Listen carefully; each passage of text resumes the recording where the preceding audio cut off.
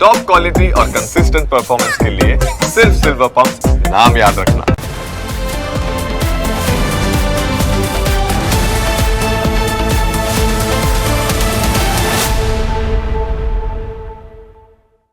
વાત હવે કરીએ અન્ય મુદ્દા વિશે।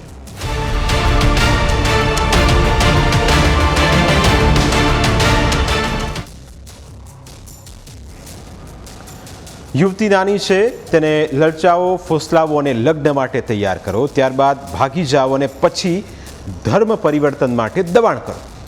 મુસ્લિમ યુવકોમાં આજકાલ આ વાત સામાન્ય બનતી જઈ રહી છે। કદાચ તેમના મા બાપે પણ તેમને છૂટો દોર આપ્યો છે અને એટલે જ તેઓ ભણવાની ઉંમરે દીકરીઓને ફસાવવાના કારસા રચે છે। ભાવનગરમાં આવા જ બે લબરમુછિયા મુસ્લિમ યુવકોની પોલીસે ધરપકડ કરી છે। ઘટનાની શરૂઆત ત્યારે થઈ જ્યારે અચાનક બે દીકરીઓ ગાયબ થઈ। પરિવારજનોએ આસપાસ શોધખોળ કરી પણ ક્યાંયથી દીકરીઓ ન મળી। આખરે પરિવારજનોની શંકા જતા તેમણે તાત્કાલિક ઉમરાળા પોલીસ સ્ટેશનમાં જાણ કરી। ફરિયાદમાં એવી શંકા વ્યક્ત કરવામાં આવી કે બે મુસ્લિમ યુવકો લગ્નની લાલચ આપીને દીકરીઓને ભગાડી ગયા છે। ફરિયાદ મળતાની સાથે જ પોલીસે આ ઘટનાને અત્યંત ગંભીરતાથી લીધી। હવે દરેક પસાર થતી મિનિટ મહત્વની હતી, કારણ કે જો આરોપીઓ રાજ્યની સરહદ પાર કરવામાં સફળ થઈ જાય તો દીકરીઓને સુરક્ષિત રીતે પરત લાવવાનું કામ બહુ મુશ્કેલ બની શકે। આ જ કારણસર ઉમરાળા પોલીસ તાત્કાલિક એક્શનમાં આવી। પોલીસે માત્ર પરંપરાગત તપાસ પર આધાર ન રાખ્યો, પરંતુ હ્યુમન ઇન્ટેલિજન્સ અને ટેકનિકલ સોર્સનો એકસાથે ઉપયોગ કર્યો।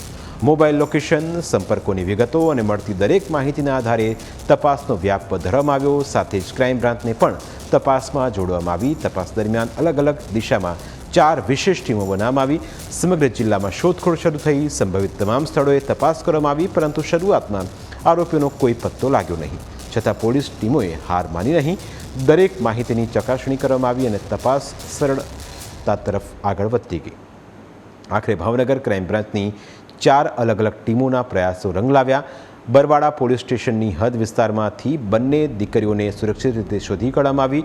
તેમની સાથે બંને આરોપીઓ મહેબૂબ પઠાણ અને મુસ્તફા પઠાણને પણ ઝડપી લેવામાં આવ્યા।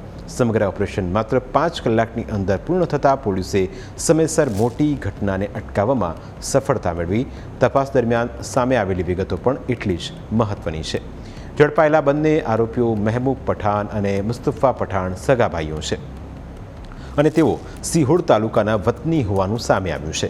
વધુ ચોંકાવનારી વાત એ છે કે મહેબૂબ પઠાણ સામે આશરે 1 વર્ષ અગાઉ પણ આ જ દીકરીને ભગાડી જવાનો ગુનો નોંધાયો હતો અને તે જૂના કેસમાં જામીન પર છૂટ્યા બાદ ફરી એક વખત એ જ દીકરીને ભગાડી જવામાં સફળ રહ્યો હતો।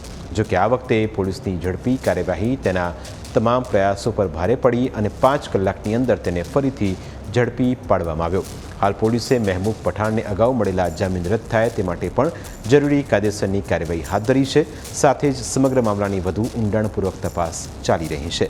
તપાસમાં સામે આવ્યું કે ભાવનગર રાજકોટ હાઈવે પર આવેલા એક દોરી બનાવવાના કારખાનામાં પીડિત દીકરીઓ મજૂરી કામ કરતી હતી। એ જ કારખાનામાં મહેબૂબ પઠાણ અને મુસ્તફા પઠાણ પણ મજૂરી કરતા હતા અને આ દરમિયાન જ ચારેયની એકબીજા સાથે ઓળખાણ થઈ। ત્યારબાદ બંને દીકરીઓને મુસ્લિમ યુવકોએ પોતાની પ્રેમજાળમાં ફસાવીને ભગાડી જવાનો પ્લાન બનાવ્યો। મુસ્લિમ યુવકોએ બંને દીકરીઓને લગ્નની લાલચ આપીને ભગાડવાનો પ્રયાસ કર્યો, પરંતુ પોલીસની સતર્કતાના કારણે બંને આરોપીઓને ગણતરીના કલાકોમાં જ ઝડપી પાડવામાં આવ્યા। ચોંકાવનારી વાત એ છે કે ભાવનગરમાં 8 મહિનામાં 11 હિન્દુ સગીરા અને યુવતીઓ ગુમ થઈ હતી, જે તમામને પરત લાવવામાં ભાવનગરની પોલીસને સફળતા મળી। ભાવનગર પોલીસની કામગીરી ખૂબ જ સરાહનીય રહી। ફરિયાદી છે અને એમની સગીર વયની દીકરીને એક મુસ્લિમ યુવક છે એ જે અપહરણ કરીને લઈ ગયેલ છે।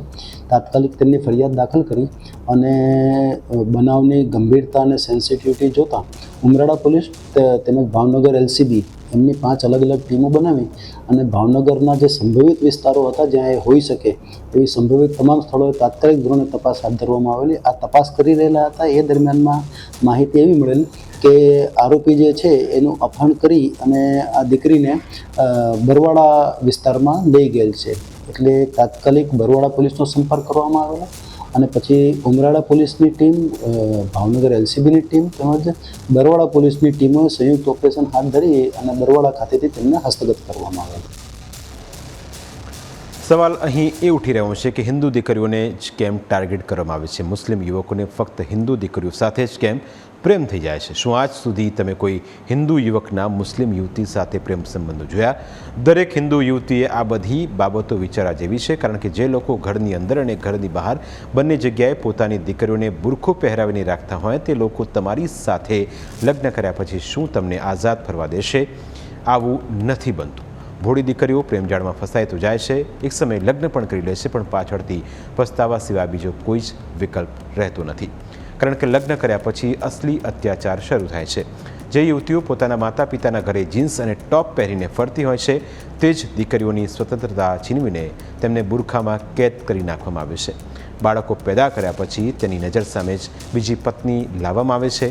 ઘણા કિસ્સામાં તો લગ્ન કર્યા પછી ખ્યાલ આવે છે કે જેની સાથે તેણે નિકાહ કર્યા છે તે પહેલેથી જ પરિણીત છે. અને ઘણા કિસ્સામાં રાહુલ બનીને હિન્દુ યુવતીને પ્રેમ જાળમાં ફસાવે છે. જ્યારે યુવતીને હકીકતની ખબર પડે ત્યારે બહુ મોડું થઈ ગયું હોય છે. પ્રેમ કરવો કોઈ ગુનો નથી. બે પુખ્ત વયના લોકો પોતાની આઝાદી ઈચ્છાથી સંબંધ બાંધે છે, તેમનો વ્યક્તિગત અધિકાર છે, પરંતુ જ્યારે કોઈ વ્યક્તિ પોતાની સાચી ઓળખ છુપાવીને ખોટા વચનો આપીને લગ્નની લાલચ આપીને અથવા છેતરપિંડી કરીને કોઈ યુવતીનો વિશ્વાસ જીતવાનો પ્રયત્ન કરે ત્યારે તે માત્ર પ્રેમનો વિષય રહેતો નથી, પરંતુ ગંભીર ગુનાનું સ્વરૂપ ધારણ કરે છે. દરેક યુવતી માટે સૌથી મોટો પ્રશ્ન એ હોવો જોઈએ કે સામેવાળી વ્યક્તિ ખરેખર કોણ છે? તેના પરિવાર વિશે તો જાણવું, તેના ભૂતકાળ વિશે કેટલી માહિતી છે, શું તે ખરેખર લગ્ન કરવા ઈચ્છે છે, માત્ર લાગણીનો લાભ ઉઠાવી રહ્યું છે? આ સવાલોના જવાબ જાણ્યા વગર જીવનનો સૌથી મોટો નિર્ણય લેવો ઘણી વખત ભારે પડી શકે છે. ફક્ત લાગણીઓના વહેણમાં ન આવવું જોઈએ. આજના સમયમાં સોશિયલ મીડિયા, મોબાઈલ અને રોજિંદા સંપર્કોના કારણે નવા સંબંધો ઝડપથી બંધાય છે. મુસ્લિમ યુવકો હિન્દુ દીકરીઓ સાથે સોશિયલ મીડિયા પર સંપર્ક કરીને તેમને પ્રેમ જાળમાં ફસાવે છે, મીઠી મીઠી વાતો કરે છે, મોટા વાયદા કરે છે અને સાચા પ્રેમના દાવા કરે છે. તેઓ જ્યાં સુધી લગ્ન ન થઈ જાય ત્યાં સુધી પોતાના બદ ઇરાદા બહાર નથી લાવતા, પણ જેવા લગ્ન થઈ જાય એટલે યુવતી પર દબાણ શરૂ કરવામાં આવે છે. તેને ધર્મ પરિવર્તન માટે દબાણ કરવામાં આવે છે, 5 ટાઈમ નમાઝ પઢવા માટે દબાણ કરવામાં આવે છે. એટલું જ નહીં, હિન્દુ યુવતી હોવા છતાં લગ્ન થયા પછી તે પોતાના ભગવાનની પૂજા પણ કરી શકતી નથી, તહેવારો પણ ઉજવી શકતી નથી. તેથી લાગણીઓ કરતાં સમજદારીને વધુ મહત્ત્વ આપવું જરૂરી છે. જે મુસ્લિમો યુવકોની મોડસ ઓપરેન્ડીની વાત કરીએ તો આપને વધુ ખ્યાલ આવશે. તેમનું ટાર્ગેટ ગરીબ પરિવારની દીકરીઓ હોય છે, જેનો પરિવાર પાછળથી લડત આપી શકતો નથી. તેઓ એવી યુવતીઓને ફસાવે છે જેના માતા કે પિતા ન હોય. આવી યુવતીઓને ઘરનો પ્રેમ ઓછો મળ્યો હોવાથી તે જલ્દી પીગળી જાય છે. ઘણીવાર તેઓ પહેલાં પોતાની ઓળખ હિન્દુ યુવક તરીકેની આપે છે. તેઓ યુવતીના અંગત જીવન, પરિવારની સમસ્યાઓ, અભ્યાસ કે નોકરીના સ્ટ્રેસ લાભ લઈને અતિશય સહાનુભૂતિ દર્શાવે છે. આર્થિક રીતે આકર્ષવા માટે મોંઘી ગિફ્ટ્સ, કેફે કે રેસ્ટોરન્ટમાં લઈ જઈને વૈભવી જીવનશૈલીનો દેખાવ કરવામાં આવે છે. ઘણા કિસ્સામાં લલચાવી ફૂસલાવીને સંબંધ બાંધીને તેને રેકોર્ડિંગ કરી લેવામાં આવે છે. ત્યારબાદ રેકોર્ડિંગના આધારે જ યુવતીને વારંવાર બ્લેકમેલ કરવામાં આવે છે. તેવામાં દરેક માતા પિતાની પણ જવાબદારી છે કે તેઓ પોતાની દીકરીઓ સાથે ખુલ્લા મનથી વાત કરે, તેમને ડર નહીં પરંતુ યોગ્ય માર્ગદર્શન આપે અને કોઈ પણ નિર્ણય પહેલાં પરિવાર સાથે ચર્ચા કરવાની ટેવ વિકસાવે. તેવી જ રીતે દરેક યુવતીએ પણ કોઈના દબાણમાં કે ઉતાવળમાં જીવનનો નિર્ણય ન લેવો જોઈએ. કોઈ પણ પ્રકારની છેતરપિંડી, બળજબરી અથવા લાલચને ક્યારેય પ્રેમનું નામ આપી શકાય નહીં. જો કોઈ વ્યક્તિ ખોટી ઓળખ, ખોટા વચનો અથવા દબાણ દ્વારા સંબંધ બાંધવાનો પ્રયત્ન કરે તો તેના સામે કાયદાકીય કાર્યવાહી થવી જોઈએ. પ્રાઇમ 9માં આજે બસ આટલું જ. ફરી મળીશું આપને સ્પર્શતા મુદ્દા સાથે.